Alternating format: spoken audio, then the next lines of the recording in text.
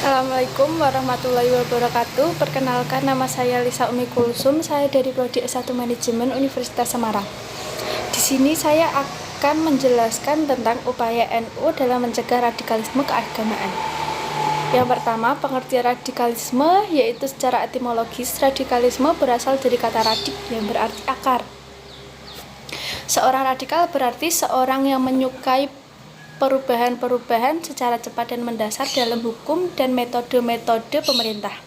Jadi, radikalisme dapat dipahami sebagai suatu sikap yang mendambakan perubahan dari status quo dengan jalan menghancurkan status quo secara total dengan menggantinya dengan jalan yang baru, yang berbeda.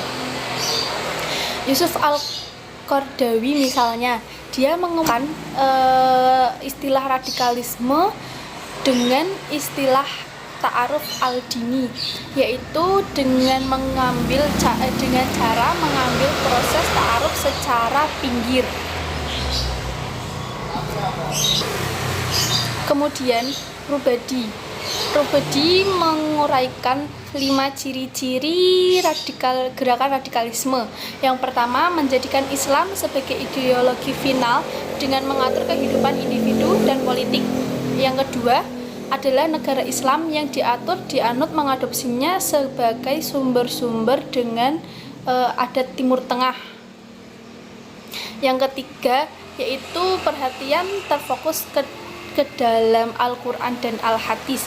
Yang nomor 4 yaitu menolak ideologi non-timur atau non-timur termasuk ideologi barat seperti demokrasi dan liberalisme. Yang kelima yaitu gerakan kelompok ini sering berseberangan dengan masyarakat luas termasuk pemerintah. Kemudian upaya NU dalam mencegah radikalisme yaitu yang pertama yaitu dalam bidang dakwah, berupa langkah-langkah afirmasi nilai Ahlussunnah wal Jamaah sekaligus mengisi paham-paham radikal di masyarakat. Inti dari dakwah tersebut menegaskan penegaan adanya Islam Nusantara yang dikembangkan oleh para penyebar Islam sejak awal dakwah Islam. Tujuan utamanya adalah memperkenalkan nilai-nilai tasamuh, toleransi, tawasuh moderat, tawazun berimbang, adalah keadilan, dan ukhuwah persaudaraan. Nomor 2 yaitu dalam bidang sosial yang meliputi pemanfaatan zakat, infak, dan sedekah. Studi tentang Islam Nusantara mulai dikembangkan agar bisa menjadi alternatif modern Islam dunia untuk mengatasi keburukan umat Islam. Kegiatan sosial ini penting untuk mewujudkan empati kepada mereka yang marginalkan secara sosial. Yang nomor 3 bidang pemberdayaan ekonomi umat.